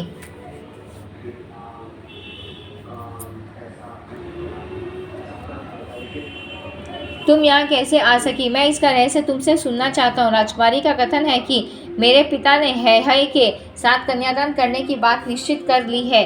तुम्हारी यह उक्ति भी मुझे महान संदेहास्पद प्रतीत हो रही है। मेरा ही नाम राजा है। इस नाम के दूसरे कोई नरेश नहीं है। तुम्हारी सुंदर आंखों वाली सखी मेरे लिए ही तो नहीं कह रही है। शुभ्रू भामिनी, तुम मेरे इस संदेह को दूर करो, तदनंतर मैं उस अधम राक्षस को मारकर एकावली को अवश्य ले आऊंगा। सुब्रते, तुम यदि कालकेतु का स्थान जानती हो तो उसे मुझे दिखा दो। एकावली के पिता राजा रैभ्य को तुमने यह समाचार जनाया है या नहीं? राजकुमारी बड़ा ही कष्ट सह रही है। जिसकी ऐसी प्यारी कन्या का अपहरण हो जाए और वह जान न सके, यह कितने आश्चर्य तथा दुख की बात है। अथवा राजा रैभ्य यदि जानते हैं तो फिर उन्होंने राजकुमारी को छुड़ाने के लिए यत्न क्यों नहीं किया? कन्या कारागार में कष्ट भोग रही है, यह जानकर राजा कैसे स्थिर बैठे हैं? वह शक्तिहीन तो नहीं हो गए हैं? सुब्रते, तुम शीघ्र इसका कारण बताने की कृपा करो। अब मेरे हृदय में यह अभिलाषा जाग उठी है कि मैं उस सुंदरी को अत्यंत संकट से छुड़ाकर कब सुखी देखूं। मैं तुमसे सुनना चाहता हूँ, कालकेतु की अत्यंत दुर्गम नगरी में जाने का क्या उपाय है? पर पहले यह तो बताओ कि तुम उस असीम कष्ट को पार करके यहाँ कैसे आ गई? यशोवती बोली, राजन, मैं बचपन से ही भगवती जगदम्बा के बीज मंत्र का ध्यानपूर्वक जप करना चाहती हूँ। एक सिद्ध ब्राह्मण की कृपा से मुझे यह मंत्र प्राप्त हुआ था। राजन, मैं जब कालकेतु के बंदी गृह में थी तब वहां मैंने इस बीज मंत्र का चिंतन आरंभ कर दिया। यो तो प्रचंड पराक्रम वाली देवी चंडिका आराधन में निरंतर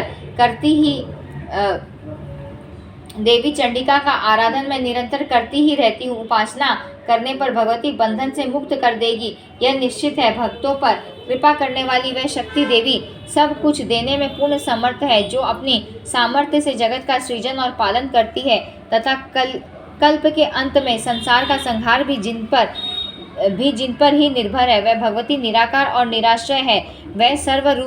वह सर्वरूपमयी एवं सर्वव्यापक भी है। मैं ऐसा मन में सोचकर, जो विश्व की अधिष्ठात्री है, जिनका कल्याण में सौम्य विग्रह है, जो लाल रंग के वस्त्र धारण किए रहती है तथा जिनकी आंखों से लालिमा झलकती रहती है, उन भगवती जगदम्बा का ध्यान करने लगी। मन ही मन भगवती के उक्त रूप का स्मरण करके मैं बीज मंत्र का जप करने लगी। समाधि लगाकर देवी की उपासना में 1 महीने तक मैं बैठी रही। फिर तो मेरी भक्ति से संतुष्ट होकर भगवती चंडिका ने स्वप्न में मुझे दर्शन दिए। उन्होंने अमृतमय वाणी में मुझसे कहा, क्यों सोई हो? उठो और अभी गंगा के पावन तट पर चली जाओ। प्रधान नरेश है वहीं पधारने वाले हैं। उन महाबाहु नरेश का नाम एक वीर है। संपूर्ण शत्रुओं को कुचल देने की शक्ति रखने वाले वह नरेश बड़े अच्छे विद्वान हैं। मुनिवर दत्तात्रेय ने मेरे बीज मंत्र का उन्हें भली भांति अभ्यास करा दिया है। अतः अपार भक्ति के साथ राजा एक वीर मेरी उपासना में निरंतर लगे रहते हैं। उनके मन से मैं कभी अलग नहीं होती। वह सदा मेरी पूजा में संलग्न रहते हैं। संपूर्ण भूतों में एकमात्र मुझे ही देखना उनकी निश्चित धारणा है। मेरी उपासना के सिवा वह और कुछ जानते ही नहीं। उन्हीं महामती भूपाल के द्वारा तुम्हारा संकट दूर होगा। भगवती लक्ष्मी उनकी माता है। घूमते हुए गंगा के तट पर आकर वह तुम्हारे रक्षक बन जाएंगे। उन राजा एक वीर के हाथों कालकेतु मृत्यु का ग्रास बन जाएगा और मानिनी एकावली बंधन से मुक्त हो जाएगी। तत्पश्चात संपूर्ण शास्त्र के पारगामी उन्हीं सुंदर राजकुमार के साथ एकावली के विवाह की व्यवस्था तुम करवा देना। इस प्रकार स्वप्न में मुझसे कहकर देवी अंतर्ध्यान हो गई और मेरी भी नींद तुरंत टूट गई। तदनंतर स्वप्न की सारी घटना तथा देवी के आराधन की बातें मैंने राजकुमारी एकावली को कह सुनाई। सुनकर उस कमल नयनी का मुखमंडल प्रसन्नता से खिल उठा। अत्यंत संतुष्ट होकर पवित्र मुस्कान वाली उस सखी ने मुझसे कहा, प्रिय, तुम शीघ्र वहां पहुंचकर मेरा कार्य सिद्ध करने में तत्पर हो जाओ। भगवती की वाणी अमोघ है, उनकी कृपा से हम दोनों अवश्य ही बंधन से मुक्त हो जाएंगी। राजन, सखी एकावली के यो प्रेम पूर्वक आदेश देने पर मैंने निश्चय कर लिया कि अब इस स्थान से चल देना ही श्रेष्ठकर है। राजकुमार, फिर मैं तो उसी क्षण चल पड़ी। मुझे किसी ने रोका टोका नहीं। परम आराध्या भगवती की कृपा से मार्ग की जानकारी तथा शीघ्र चलने की शक्ति भी मुझे तुरंत प्राप्त हो गई थी। यह ही सब मेरे दुख के कारण है, जो मैं बता चुकी। वीर, जैसे मैंने अपना परिचय दे दिया, वैसे ही अब तुम भी बताओ कि तुम कौन हो और तुम्हारे पिता का क्या नाम है। व्यास जी कहते, राजन प्रतापी नरेश एक वीर भगवती लक्ष्मी के सुपुत्र हैं। यशोवती की बात सुनकर उनका कमल जैसा मुख प्रसन्नता से खिल उठा। वह उससे कहने लगे, राजा एक वीर ने कहा, रंभोरु, तुमने विशद रूप से जो मेरा वृत्तांत पूछा है वह सुनो। मैं ही है हूँ। मेरा नाम एक वीर है। लक्ष्मी जी मेरी ही माता है। तुमने सर्वप्रथम अपनी सखी एकावली के संपूर्ण जगत के रूप को तिरस्कृत करने वाले रूप का वर्णन किया है। उससे मेरा मन विह्वल हो उठा है। तदनंतर तुमने तिरस्कृत करने वाला रूप वर्णन किया है, उससे मेरा मन विवल हो उठा है। तदनंतर तुमने जो यह कहा कि काल केतु दैत्य के सामने एकावली ने कहा कि मैं है को वरण कर चुकी हूँ, उनके सिवा दूसरे किसी को मैं स्वीकार नहीं कर सकती, यह बिल्कुल निश्चित है। तन्वंगी राजकुमारी के इस कथन से तो मैं अब उसका दास ही बन गया। सुकेशांते, बताओ इस अवसर पर मुझे क्या करना चाहिए। सुलोचने, दुरात्मा कालकेतु के स्थान से मैं बिल्कुल अपरिचित हूँ। विशालाक्षी, मैं तुमसे उपाय जानना चाहता हूँ। मुझे वहाँ पहुँचाने में तुम पूर्ण समर्थ हो, अतः तुम्हारी सुंदरी सखी एकावली जहाँ रहती है वहाँ मैं शीघ्र जा सकूँ, ऐसी व्यवस्था करो। राजकुमारी एकावली तुम्हारी प्रिय सखी है। राक्षस के अधीन होकर उसे अत्यंत दुख सहने पड़ते हैं। तुम निश्चय समझो कि मैं अभी उस राक्षस को मारकर उसे छुड़ा लाऊंगा। मेरे प्रयास से राजकुमारी के सभी संकट टल जाएंगे और वह तुम्हारे नगर में लौट आएगी। फिर मैं राजकुमारी एकावली को उसके पिता के पास पहुंचा दूंगा। इसके बाद परम तपस्वी राजा रैभ्य अपनी पुत्री का विधिवत विवाह कर सकेंगे।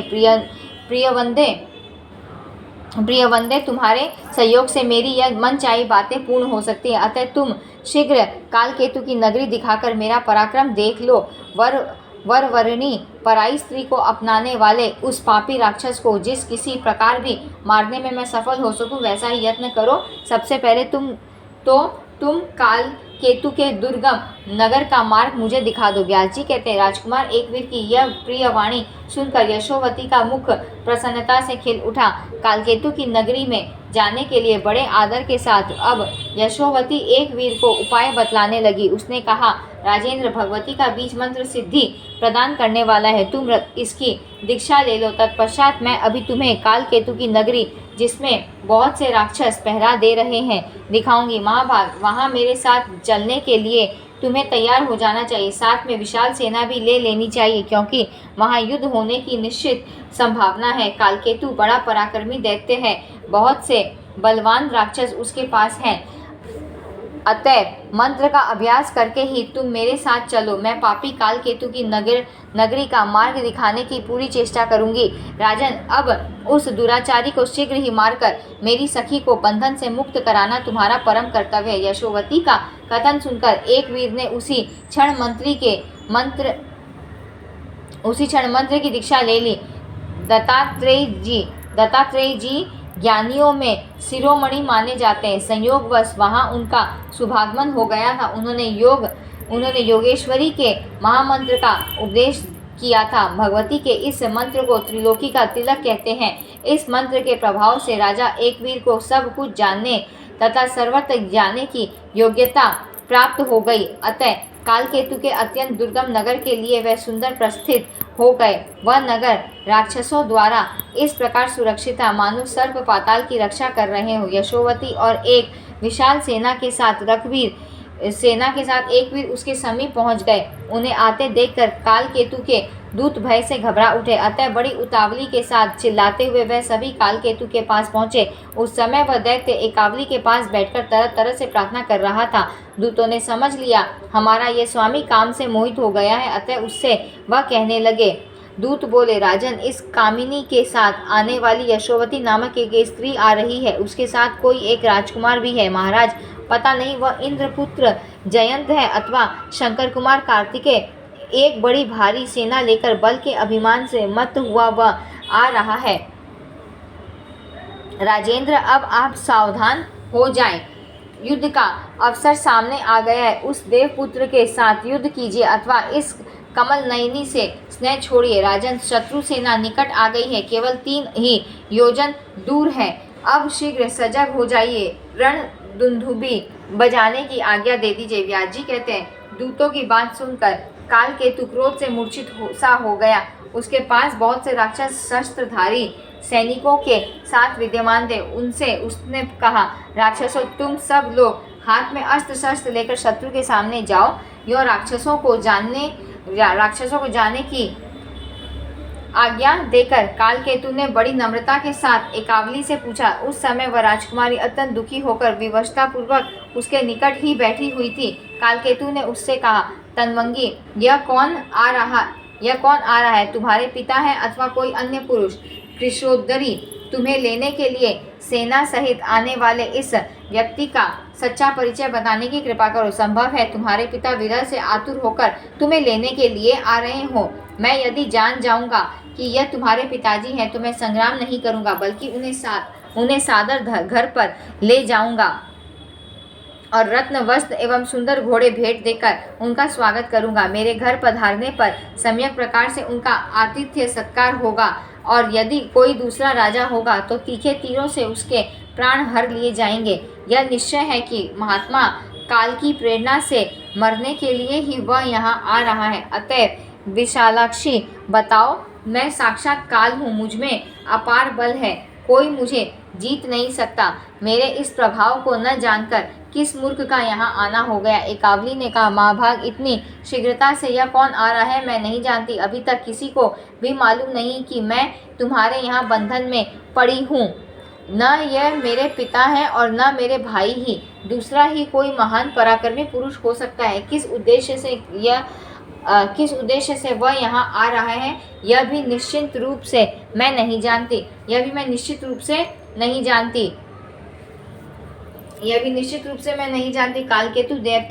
कालकेतु दैत्य ने कहा, यह दूत इस प्रकार कह रहे हैं कि तुम्हारी सखी यशोवती का ही सारा प्रयत्न है। वही इस वीर को साथ लेकर आ रही है। कांते, तुम्हारी वह सखी कार्य करने में बड़ी कुशल जान पड़ती है। वह कहाँ गई है?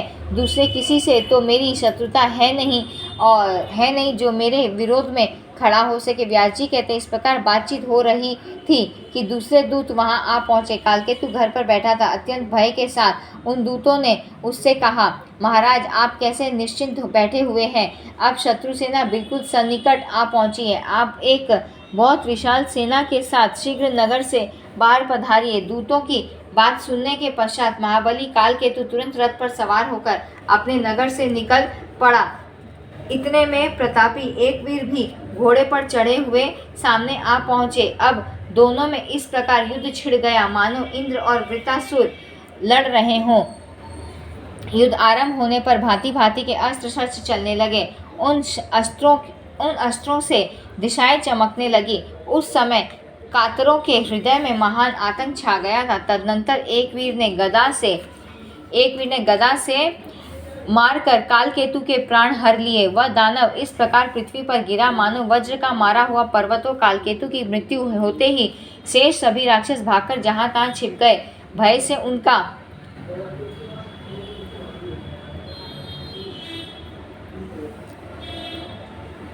से उनका कलेजा कांप रहा था। तब यशोवती शीघ्र ही एकावली के पास आ पहुंची। उसके मन में असीम आनंद भरा था। उसने मधुर वाणी में एकावली से आश्चर्य युक्त वचन कहा, सखी इधर पधारो, देखो यह दानव महाभाग एक वीर के प्रयास से सदा के लिए सो गया। यह बड़े बुद्धिमान पुरुष है, इन्होंने बड़ी कठिन लड़ाई लड़ी है। इस समय वह राजा एक वीर अत्यंत थक जाने के कारण बाहर द्वार पर ही विराज रहे हैं। उनके मन में तुम्हें देखने की प्रतीक्षा लगी हुई है, कारण तुम्हारे रूप और गुणों की बात वह सुन चुके हैं। राजकुमारी उन परम सुंदर राजकुमार को देखने की कृपा करो। इन परम राजकुमार से तुम्हारे विषय में गंगा के तट पर मैं बात कर चुकी हूँ। बातचीत के प्रभाव से ही वह तुम पर पूर्ण अनुरक्त हो गए हैं और तुमको देखने के लिए अत्यंत उत्सुक हैं। यशोवती की बात सुनकर राजकुमारी एकावली के मन में जाने की बात तो जच गई, परंतु अभी वह कुमारी थी, अतएव भय से घबरा उठी। उसके मन में पर्याप्त संकोच था। उसने सोचा, मैं एक कुमारी कन्या कैसे राजकुमार का मुख देखूंगी। वह साध्वी चिंता में व्यस्त हो यशोवती को साथ लेकर पालकी पर बैठी और चल दी। वह द्वार पर पहुंच गई। उसका मुख उदास था। वह मैली साड़ी पहने थी। विशाल नेत्रों वाली राजकुमारी आ गई। यह देखकर राजकुमार एक वीर ने उससे कहा, तनवंगी दर्शन दो, तुम्हें देखने के लिए मेरे नेत्र प्यासे हैं। एक वीर अत्यंत आतुर थे और एकावली लज्जा से गड़ी जा रही थी। यह देखकर नीति की पूर्ण जानकार तथा श्रेष्ठ पुरुषों के मार्ग का अनुसरण करने वाली यशोवती ने एक वीर से कहा, राजकुमार, इसके पिता भी इसे तुम्ही को देना चाहते हैं। यह राजकुमारी तुम्हारे अधीन होगी और इसके साथ तुम्हारा मिलन होगा, यह निश्चित है। किंतु राजेंद्र, कुछ समय की प्रतीक्षा करके तुम पहले इसे इसके पिता के पास पहुंचाने की व्यवस्था करो। इसके पिता ही वैवाहिक विधि संपन्न करके तुम्हारे साथ इसका विवाह कर देंगे। यशोवती की बात धर्मात्मा एक वीर ने सत्य मान ली। अतः यशोवती और एकावली को साथ लेकर वह सेना सहित राजा रैभ्य के स्थान पर गए। पुत्री के आने का समाचार सुनकर रैभ्य प्रेम पूर्वक मंत्रियों के साथ उसकी अगवानी के लिए आगे बढ़े। बहुत दिनों के पश्चात मलिन वस्त्र धारण करने वाली वह पुत्री उन्हें दृष्टिगोचर हुई। फिर यशोवती ने विस्तार पूर्वक सभी बातें अपने पिता को बतलाई। तदनंतर एक वीर और राजा रैभ्य का परस्पर मिलन हुआ। राजा उन्हें लेकर अपने घर पधारे। शुभ मुहूर्त में विवाह का आयोजन किया गया।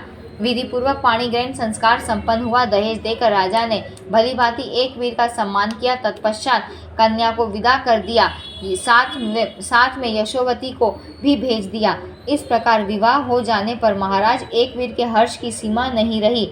अब वह अपने भवन पर पहुँचे और प्रेयसी भार्या एकावली के साथ रहकर भांति भांति के भोग भोगने लगे। उन्होंने एकावली के गर्भ से एक पुत्र उत्पन्न किया जो कृतवीर्य नाम से विख्यात हुए। उन्हीं कृतवीर्य के पुत्र कार्तवीर्य है। इस प्रकार मैं इस वंशावली का वर्णन कर चुका।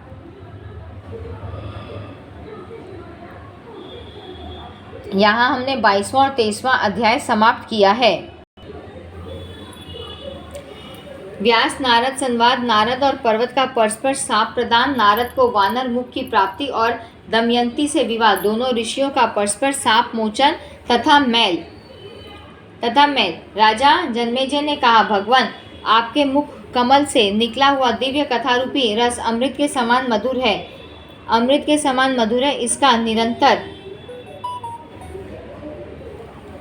इसका निरंतर पान करते रहने पर भी मैं तृप्त नहीं हो सका। आपने है वंशी राजाओं की उत्पत्ति का प्रसंग मुझसे विस्तार पूर्वक जो कहा है वह बड़ा ही विचित्र एवं आश्चर्यजनक है। इस विषय में मुझे सबसे बढ़कर आश्चर्य युक्त शंका तो यह हो रही है कि बड़े बड़े देवताओं को मोह क्यों हो जाता है। ब्रह्मन, आप सर्वज्ञानी पुरुष हैं, आप मेरे इस संदेह को दूर करने की कृपा कीजिए। व्यास जी कहते हैं, राजन सुनो इस शंका का निर्णित उत्तर पूर्व समय में मैंने मुनिवर नारद जी के मुख से जैसा सुना है ठीक वैसा ही बता रहा हूँ। ब्रह्मा जी के मानस पुत्र का नाम नारद है। वह परम तपस्वी, सर्वज्ञानी, शांत स्वरूप, सर्वत्र जाने की योग्यता रखने वाले, संपूर्ण जगत के प्रेमी एवं प्रकांड विद्वान हैं। प्रकांड विद्वान है। एक समय की बात है, मुनिवर नारद जी स्वर और तान के साथ वीणा बजाते हुए इस भूमंडल पर विचर रहे थे। साथ ही उनके द्वारा बृहद रथंतर और साम आदि अनेक प्रकार के भेद से अमृतमयी गायत्री का गान चल रहा था। यूं गाते बजाते वे मेरे आश्रम पर पधारे। उस समय में सम्याप्रास नामक महान तीर्थ में था। वह परम पावन स्थान सरस्वती नदी के तट पर है। कल्याण और ज्ञान प्रदान करने वाले उस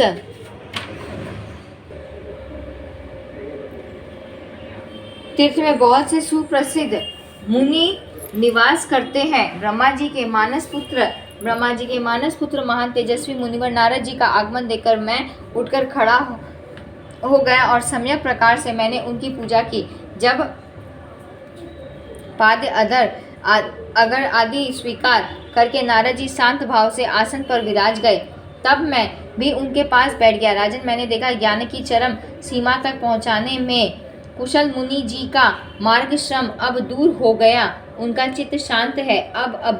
तब अभी जो प्रश्न तुमने मुझसे किया है वही मैंने उनसे किया था। मैंने कहा, मुने, इस मिथ्या जगत में प्राणियों को क्या सुख है? सम्यक प्रकार से विचार करने पर कहीं भी किंचन मात्र भी सुख मुझे दिखाई नहीं पड़ता। तदनंतर व्यास जी अपना सारा पूर्व वृत्तांत तथा उसी के प्रसंग में कौरव पांडवों की बात सुनाकर अंत में नारद जी से कहा, नारद जी, मेरा मन सदा अशांत बना रहता है। झूले पर बैठा हुआ यह अशांत मन कहीं भी स्थिर नहीं रह पाता। मुनिवर, आप सर्वज्ञ पुरुष हैं, मेरा संदेह दूर करने की कृपा कीजिए। तब परमार्थ ज्ञानी नारद जी मेरी बात सुनने के पश्चात मुस्कुराकर मुझसे प्राणियों को मोह होने का कारण बताने लगे। नारद जी ने कहा, पराशरनंद व्यास जी, आप क्या पूछते हैं? पुराण वेता मुनिवर, यह बिल्कुल निश्चित है कि इस संसार में रहने वाला कोई भी प्राणी मोह से अछूता नहीं रह सकता। बड़े बड़े देवता तथा ऋषि मुनि सब के सब मोह के अधीन होकर संसार मार्ग में निरंतर चक्कर काटते रहते हैं। मैं स्वयं अपने ऊपर बीती हुई बातें बताता हूँ, सुनने की कृपा करें।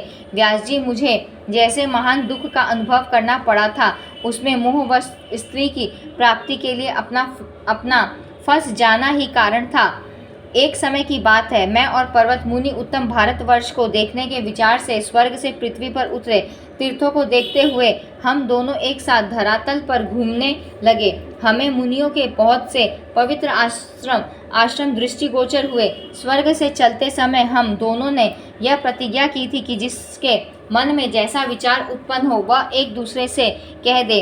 मनोभाव चाहे पवित्र हो अथवा अपवित्र, किंतु एक दूसरे से भी कभी उसे छिपा कर न रखा जाए। स्त्री, धन अथवा भोजन विषयक जैसी भी इच्छा जिसके मन में उत्पन्न हो वह परस्पर एक दूसरे से अवश्य कह दे। इस प्रकार की प्रतिज्ञा करके हम दोनों स्वर्ग से पृथ्वी पर आए और एक चित्त होकर इच्छानुसार भूमंडल पर विचरने लगे। हम दोनों इस लोक में भ्रमण कर रहे थे। इतने में ग्रीष्म ऋतु समाप्त होकर वर्षा ऋतु का आगमन हो गया। तब हम लोग राजा संजय की सुरमय नगरी में चले गए। राजा संजय बड़े सज्जन पुरुष थे। उन्होंने भक्तिपूर्वक हमारा भली भांति स्वागत सम्मान किया। उन्हीं के भवन पर रहकर हमारा चौमासा व्यतीत हुआ। वर्षा ऋतु के 4 महीने मार्ग में बहुत कष्टप्रद होते हैं, अतएव विज्ञ पुरुष उतने समय तक एक जगह रहना ही उचित समझते हैं। सुख की आशा रखने वाला पुरुष कार्यवश 8 महीने सदा विदेश की यात्रा कर सकता है, किंतु वह वर्षा ऋतु में बाहर जाने का दुस्साहस न करे। इस प्रकार मन में सोचकर हम दोनों व्यक्ति राजा संजय के यहाँ रह गए। उन महानुभाव नरेश ने बड़े आदर के साथ हमारा आतिथ्य किया। राजा संजय की एक सुंदरी कन्या थी, उसका नाम दमयंती था। राजा की आज्ञा से वह परम सुंदरी कन्या सदा हमारे सत्कार में संलग्न रहती थी।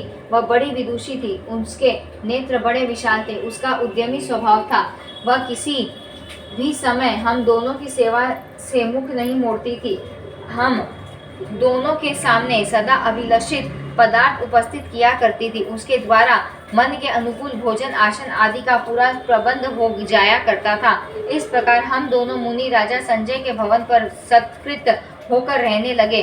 वेद का स्वाध्याय करना हमारा स्वाभाविक गुण है ही। अतः हम अपने वेद व्रत में सदा संलग्न रहते थे। मैं हाथ में वीणा लेकर उत्तम स्वर से सामवेद गाया करता था। कान को सुख पहुंचाने वाले उस गान में मधुरता भरी हुई थी। मेरे मनोहर सामगान को सुनकर राजकुमारी दमयंती मुझ पर आसक्त हो गई। उस परम विदुषी के मन में अब मेरे प्रति प्रगाढ़ प्रेम उत्पन्न हो गया और उस प्रेम की मात्रा उत्तरोत्तर बढ़ती ही चली गई। ऐसी स्थिति में प्रेम करने वाली उस सुंदरी के प्रति मेरा मन भी चलायमान हो गया। अब तो मुझ में विशेष अनुराग रखने वाली राजकुमारी मेरे और पर्वत मुनि के लिए जो भी सेवा कार्य या वस्तु उपस्थित करती थी उसमें कुछ भेदभाव होने लगा। वह मुझे जिस प्रकार प्रेम से देखती थी वैसे ही पर्वत मुनि को भी देखना उसके लिए संभव नहीं रहा। राजकुमारी दमयंती के ऐसे सहेतु प्रेम को देखकर पर्वत मुनि ने मन में विचार किया कि ऐसा क्यों हो रहा है। उनके आश्चर्य की सीमा न रही। तदनंतर उन्होंने एकांत में मुझसे पूछा, नारद बात क्या है? स्पष्ट रूप से बताने की कृपा करो। राजकुमारी तुम्हारे प्रति जैसा अधिक अनुराग रखती है मेरे प्रति उसका वैसा प्रेम नहीं है। यह भेद मेरे मन में संदेह उत्पन्न कर रहा है। जान पड़ता है राजकुमारी के मन में तुम्हें पति बनाने की इच्छा सर्वदा निश्चित हो गई है। लक्षणों को देखकर मेरी समझ में आ रहा है कि तुम्हारा अभिप्राय भी वैसा ही है, क्योंकि आंख और मुख के भाव प्रेम के कारण को सूचित कर देते हैं। मुने सच्ची बात कहो, स्वर्ग से चलते समय हम लोगों ने जो प्रतिज्ञा की थी इस समय तुम्हें उस पर ध्यान रखना चाहिए। नारद जी कहते हैं, जब पर्वत मुनि ने अत्यंत आग्रह के साथ मुझसे कारण पूछा तब बड़े संकोच में भरकर मैं उनसे कहने के लिए उद्यत हुआ। मैंने कहा, पर्वत विशाल नेत्रों वाली यह राजकुमारी मुझे पति बनाना चाहती है, यह सत्य है और इसके प्रति मेरी भी मानसिक भावना वैसी ही बन चुकी है। मेरे इस सत्य वचन को सुनकर मुनिवर पर्वत के मन में क्रोध उत्पन्न हो गया। उन्होंने मुझसे कहा, नारद तुम्हें बार बार धिक्कार है, क्योंकि पहले प्रतिज्ञा करके तुमने मुझे बड़े भारी धोखे में डाल दिया। अरे मित्र द्रोही, मैं तुम्हें शाप दे रहा हूँ, तुम अभी बंदर के मुख वाले बन जाओ। पर्वत मुनि महात्मा पुरुष थे। जब रोष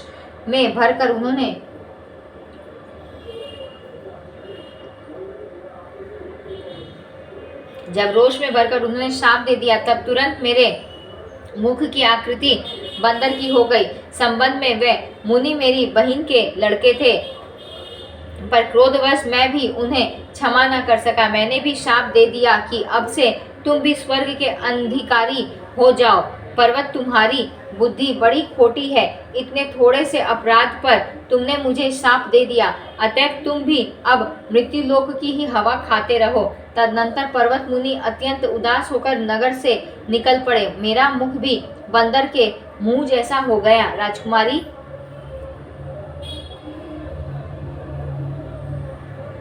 राजकुमारी परम विदुषी थी। वीणा का स्वर सुनने में वह बड़ा उत्साह रखती थी। जब उसने मुझ क्रूर बंदर को देखा तब उसके मुख पर अप्रसन्नता की घनी घटाएं छा गई। व्यास जी ने पूछा, ब्राह्मण इसके बाद क्या हुआ? आपने सांप से कैसे छुटकारा पाया? फिर आपकी मुखाकृति मानवाकार कैसे हुई? यह प्रसंग पूर्ण रूप से बताने की कृपा करें। फिर आप दोनों महानुभावों का कब, कहाँ और कैसे सम्मिलन हुआ, यह सभी बातें विस्तार पूर्वक बताने की कृपा करें। नारद जी ने कहा, महाभाग क्या कहूँ, माया की गति बड़ी ही विचित्र है। कुपित होकर पर्वत मुनि के चले जाने पर मैं प्राय दुख ही भोगता रहा। यद्यपि राजकुमारी दमयंती सेवा में तत्पर होकर सदा मेरा सहयोग ही करती रही। पर्वत मुनि चले गए और मैं स्वेच्छापूर्वक वहीं ठहर गया। वानर के समान मुख हो जाने के कारण मेरे मन में दीनता छा गई। मेरे दुख का पार नहीं रहा। यह कैसी घटना सामने घट गई, इस प्रकार की चिंता मुझे सदा कष्ट देने लगी। अब राजकुमारी दमयंती के शरीर में कुछ जवानी के चिन्ह स्पष्ट होने लगे। राजा संजय ने देखकर उसके विवाह के लिए अपने मंत्री से कहा, अब मेरी कन्या विवाह के योग्य हो गई। अब आप मुझे कोई सुयोग वर बतलाइए। इसके लिए ऐसा राजकुमार चाहिए जो सब प्रकार से श्रेष्ठ हो। उसे सुंदर, उदार, गुणी, शूरवीर और कुलीन होना चाहिए। ऐसा वर मिलने पर मैं उस राजकुमार के साथ अपनी कन्या का विधिवत पाणिग्रहण संस्कार कर दूंगा। संजय की बात सुनकर प्रधानमंत्री ने कहा, राजन, आपकी पुत्री के अनुकूल बहुत से सुयोग एवं संपूर्ण गुणों से युक्त राजकुमार भूमंडल पर विद्यमान है। महाराज, जो राजकुमार आपको पसंद हो उसी को बुलाकर बहुत से हाथी, घोड़े, रथ आदि धन के साथ कन्यादान कर दीजिए। नारद जी कहते हैं, राजकुमारी दमयंती बातचीत करने में बड़ी कुशल थी। राजा का अभिप्राय जानकर उसने अपनी धाय के द्वारा एकांत में उनसे कहलाया। धाय ने कहा, महाराज, आपकी कन्या दमयंती ने मुझसे कहा है कि धाय, तुम मेरे पिताजी से विनयपूर्वक मेरी हितकर बातें कह दो। उसका कथन है, मैं बुद्धिमान नारद जी का वर्ण कर चुकी हूँ। उनकी वीणा के स्वर ने मेरे मन को मोहित कर लिया है। अतः अब दूसरा कोई पुरुष मुझे अभिष्ट नहीं है। पिताजी, आप मेरी रुचि के अनुसार इन मुनिवर के साथ ही मेरा विवाह कर दीजिए। धर्मज्ञ, मैं इनके सिवा दूसरे किसी को पति नहीं बनाऊंगी, क्योंकि मुनि के रस स्वरूप नादमय मधुर समुद्र में मैं डूब चुकी हूँ। यह सुखदायी सागर नाग, घड़ियाल, मत्स्य आदि जानवरों से बिल्कुल शून्य है। नारद जी कहते हैं, धाय द्वारा कहलाई हुई पुत्री दमयंती की बात सुनकर राजा संजय ने पास बैठी हुई अपनी सुंदर नेत्रों वाली रानी कैकई से कहा। राजा बोले, प्रिय धाय ने जो बात कही है वह तो तुम सुन ही चुकी हो। बंदर जैसे मुख वाले नारद मुनि को उसने पति रूप में वर्ण कर लिया है। उसकी यह मूर्खता पूर्ण दृष्टचेष्टा है। भला बंदर के समान मुख वाले उस मुनि को मैं अपनी यह कन्या कैसे दूंगा? कहाँ भीख मांगने वाला वह कुरूप मुनि और कहाँ मेरी लाडली परम सुंदरी कन्या दमयंती। ऐसा बेमेल संबंध कभी भी नहीं किया जा सकता। प्रिय, तुम्हारी वह भोली कन्या मुनि पर आसक्त हो गई है। तुम उसे एकांत में शास्त्र की आज्ञा तथा वृद्ध पुरुषों की मर्यादा बतलाकर युक्ति पूर्वक समझाकर इस हट से मुक्त करो। पतिदेव की यह बात सुनकर रानी कैकई ने राजकुमारी दमयंती से कहा, बेटी, कहाँ तो तुम जैसी रूपवती राजकन्या और कहाँ बंदर मुहा निर्धन मुनि। तुम्हारा शरीर ललाट के समान सुकोमल है और यह मुनि देह में सदा राख लपेटे रहता है। फिर तुम चतुर होती हुई भी इस भिक्षुक मुनि पर कैसे आसक्त हो गई हो? अंधे, इस बंदर मुंह के साथ तुम्हारा संबंध कैसे शोभा पा सकता है? सूची स्मिते, इस निंदनीय पुरुष के प्रति तुम्हारी प्रीति कैसे हो सकेगी? तुम्हारा वर तो कोई सुंदर राजकुमार होना चाहिए। बेटी, तुम व्यर्थ हट मत करो। धाय के मुख से बात सुनकर तुम्हारे पिता अपना दुख प्रकट कर रहे हैं। ठीक ही है, बबूर के वृक्ष पर फैली हुई कोमल मालती लता को देखकर किस चतुर पुरुष का मन दुखी न होगा। जगत में मूर्ख कहलाने वाला मानव भी ऊंट को खाने के लिए कोमल पान के पत्ते नहीं देता है। विवाह के अवसर पर तुम इस नारद के पास बैठो और यह तुम्हारा पाणी ग्रहण करे। इससे देखकर किसका चित्त नहीं जलेगा? ऐसे घृणित मुख वाले के साथ तो बातचीत में भी रुचि उत्पन्न करने की संभावना नहीं होती। अतः इस नारद के साथ अंत तक तुम अपना जीवन कैसे व्यतीत कर सकोगी? नारद जी कहते हैं, सुकुमारी दमयंती मेरे विषय में अपनी पक्की धारणा बना चुकी थी। माता की बात सुनकर अत्यंत घबराहट के साथ उसने कहा, माता जी, जब यह मुनि रस मार्ग से बिल्कुल अनभिज्ञ है और सांसारिक विषय वासना का इन्हें कुछ भी ज्ञान नहीं है, तब इन्हें सुंदर मुख, धन और राज्य से क्या प्रयोजन है? माताजी, वन में रहने वाली उन हरिणियों को भी धन्यवाद है जो वीणा का मधुर स्वर सुनकर प्राण तक देने को तैयार हो जाती हैं। जो मूर्ख मानव इस स्वर से प्रेम नहीं करते वे जगत में धिक्कार के पात्र समझे जाते हैं। माँ, नारद जी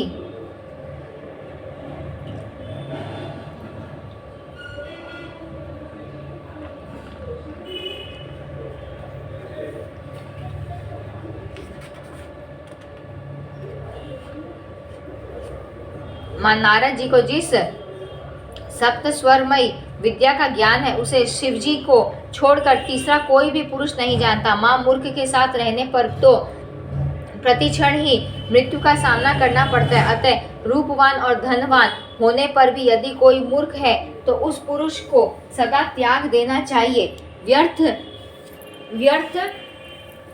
गर्व करने वाले मूर्ख राजा की मैत्री को धिक्कार है। गुणी भिक्षुक की मैत्री को मैं श्रेष्ठ मानती हूँ, कारण उसके वचन मात्र से सुख की अनुभूति होती रहती है। स्वर, ग्राम और मूर्छना आदि 8 प्रकार के भेदों को जानने वाला दुर्बल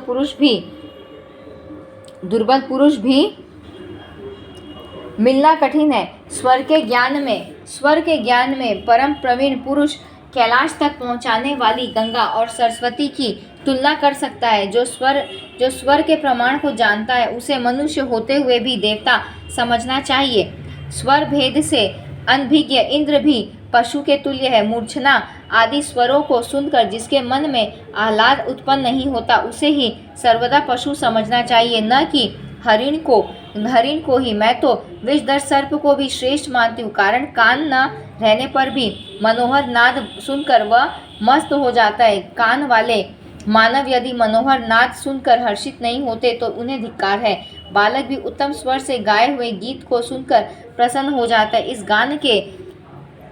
इस गान के रहस्य को न समझने वाले वृद्ध तक अधम समझे जाते हैं। क्या मुनिवर नारद के इन अपार अप्रतिम गुणों को पिताजी नहीं जानते? त्रिलोकी में नारद के समान सामवेद का दिव्य गान करने वाला दूसरा कोई भी नहीं है। अतः मैंने अच्छी तरह समझ-बूझकर ही इन मुनि का वर्ण कर लिया है। सुप्रसिद्ध गुणी इन मुनि के मुख की आकृति पहले बंदर जैसी नहीं थी, बाद में सांप के कारण इनका ऐसा मुंह हो गया है, और वह भी मेरे ही कारण हुआ है। अतः मैं कैसे दूसरा विचार कर सकती हूँ? किन्नर घोड़े जैसे मुख वाले होने पर भी किसको प्रिय नहीं होते? उनसे सभी प्रेम करते हैं, कारण सामवेद के वह बड़े अच्छे जानकार हैं। किसी के सुंदर मुख से ही क्या प्रयोजन है? माँ, तुम पिताजी से कह दो, मैं निश्चित रूप से मुनिवर को वर चुकी हूँ।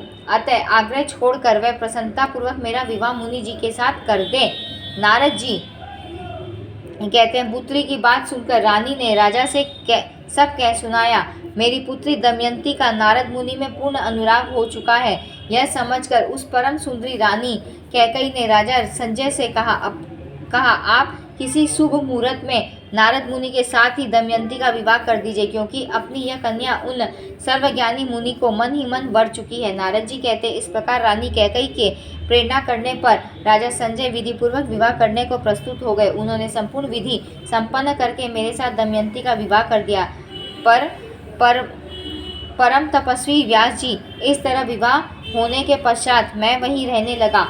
बंदर का मुख होने के कारण मेरी मानसिक चिंता सीमा को पार कर रही थी।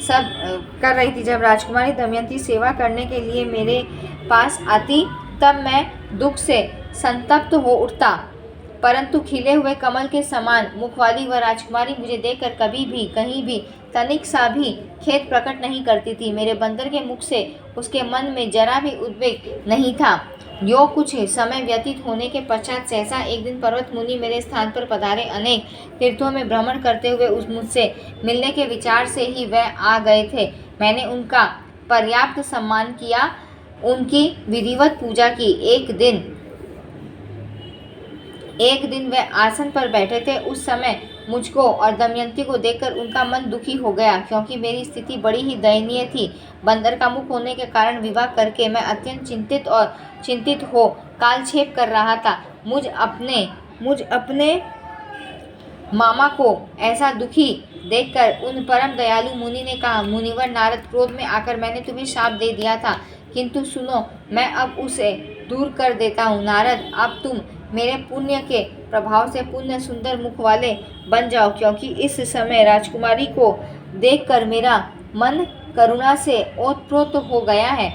नारद जी कहते हैं, मुनिवर, पर्वत की बात सुनकर मेरा मन भी नम्रता और कृतज्ञता से भर गया। उसी क्षण मैंने भी जो उन्हें शाप दिया था उसका मार्जन कर दिया। मैंने कहा, मुनिवर पर्वत, तुम मेरी बहन के सुयोग्य पुत्र हो। तुमको मैंने शाप दे दिया था, उसे स्वेच्छापूर्वक सानंद वापस ले रहा हूँ, अतः तुम स्वर्ग में जा सकते हो। फिर तुरंत पर्वत मुनि के कथनानुसार उनके देखते देखते ही मेरा मुख अत्यंत सुंदर बन गया। अब राजकुमारी के हर्ष की सीमा नहीं रही। उसने तुरंत अपनी माता से कहा, माँ, तुम्हारे परम तेजस्वी जामाता अब सुंदर मुख वाले बन गए हैं। पर्वत मुनि के आज्ञा के अनुसार उनके शाप से इनका उद्धार हो गया है। पुत्री की बात सुनकर रानी ने राजा से यह प्रसंग कह सुनाया। सुनते ही राजा संजय परम प्रसन्न होकर मुझे देखने के लिए वहां पधारे। उस समय उन महाभाग नरेश के मन में अपार आनंद हो रहा था। उन्होंने मुझे उपहार में बहुत सा धन दिया और मेरे भागी नए पर्वत मुनि को भी सादर उपहार समर्पित किया। मेरे इसी जीवन में यह सब प्रसंग घट चुके हैं। मेरे अनुभव से यह महामाया का ही प्रभाव एवं महात्मय है। महाभाग माया के गुण से विरचित यह संसार बिल्कुल असत्य है। इसमें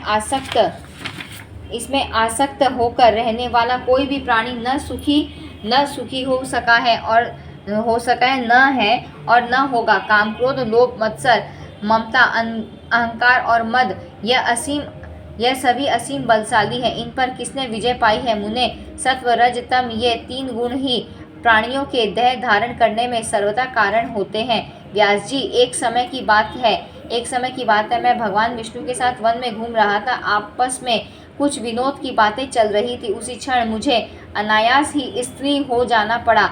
प्रभु की माया के बल से मोहित हो जाने के कारण मैं एक राजा की स्त्री बन गया और उस राजभवन में रहकर मैंने बहुत से पुत्र प्रसव किए।